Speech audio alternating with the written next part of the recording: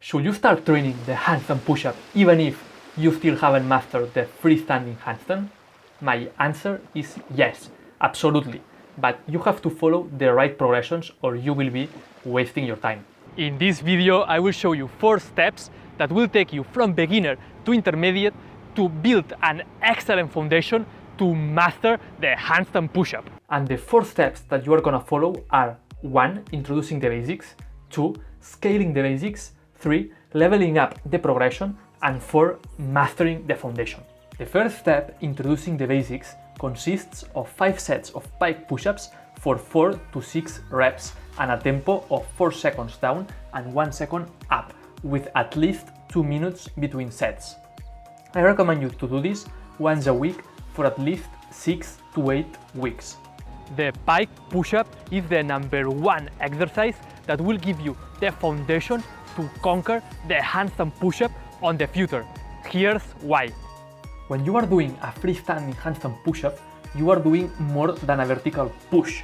You actually need to lean forward like a lot. I mean, most people underestimate the amount of forward lean that you actually need to do. So a proper pike push-up will give you the opportunity to practice the forward lean like any other exercise. And that's specificity, my friend. One of the secrets for progressing fast with any calisthenics skill. To do this exercise properly, you want to lean forward while keeping your forearms vertical as you go down, and also you want to keep your elbows tucked in. You don't need to put your elbows next to your torso, but aim for a 45-degree angle. Most people do this wrong as they create a 90-degree angle to make the movement easier.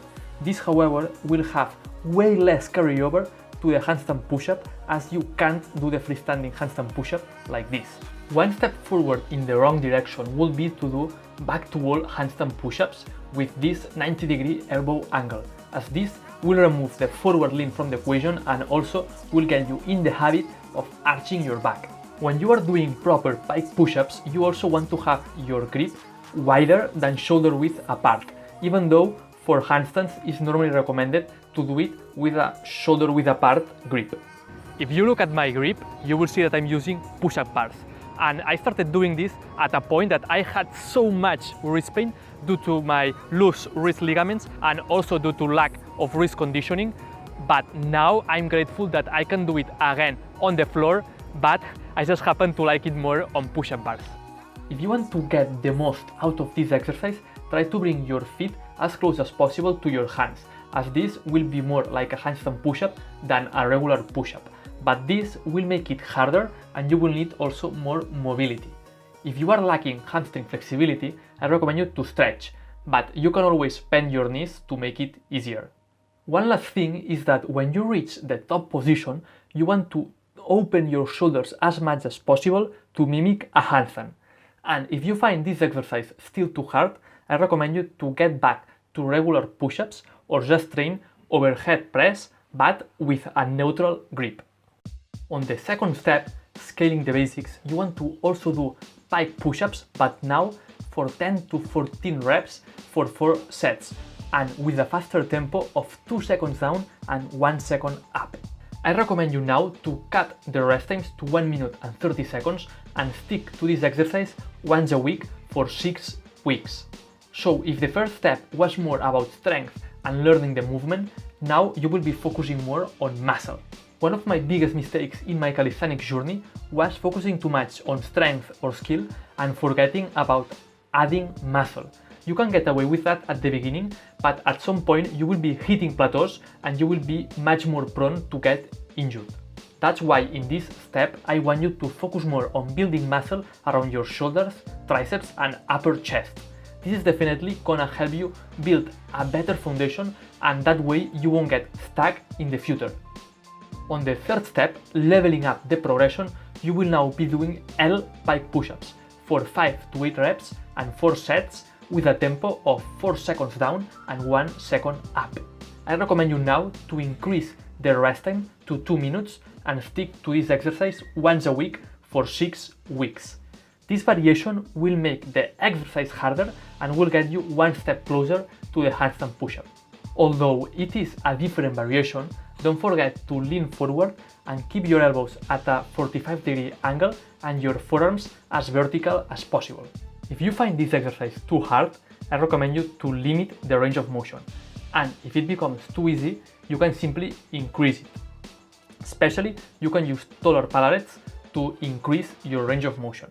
But the key is to always have in mind what's your current range of motion so that you can track your progress.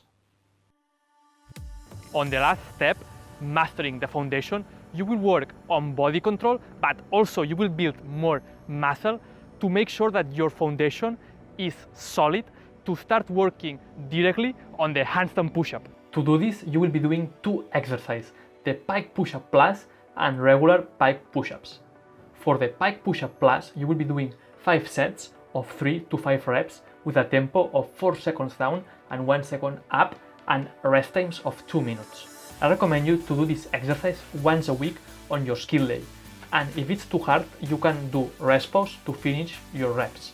So the difference between a regular pike push-up and a pike push-up plus is that once you are at the bottom position, you lift your feet slightly from the ground. This is easier said than done, and in the case that you can do it, just do a small jump. Some key things to keep in mind is that 1. While you elevate your feet from the ground, you want to remain on the bottom position without extending your elbows, and 2. You will need to keep leaning forward while keeping your forearms vertical to stay balanced through the movement. I'm a big fan of this exercise as it's great to load your shoulders when you are leaning forward without the support of your feet. If lifting slightly your feet is easy, you can start moving them higher and higher. But remember to don't bend your elbows yet when you are lifting your feet. You don't want to rush through the progression, as the optimal way of learning is just to add one thing at a time. Additionally, on this last step, you will be also doing regular pike push-ups for 10 to 12 reps and 3 sets. You want to do them with a shorter tempo of 2 seconds down and 1 second up, and only a 60-second rest. Ideally, I will do the regular pike push-ups on a different day than the pike push-up plus. So if you did the pike push-up plus on your skill day on Monday, I will do the regular pike push-ups on your strength day on Thursday. After 6 weeks on this step, you will have built a great foundation that will propel you into a handstand push-up.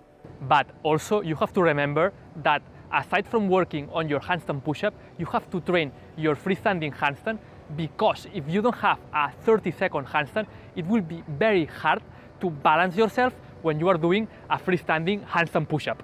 And if you want to get a 30-second handstand fast, I recommend you to take a look at my handstand flow method. I will put a link on the description below so that you can check it out. That's all for this week. Make sure to hit the like button and subscribe to this channel to see more videos like that, and I'll see you on the next video.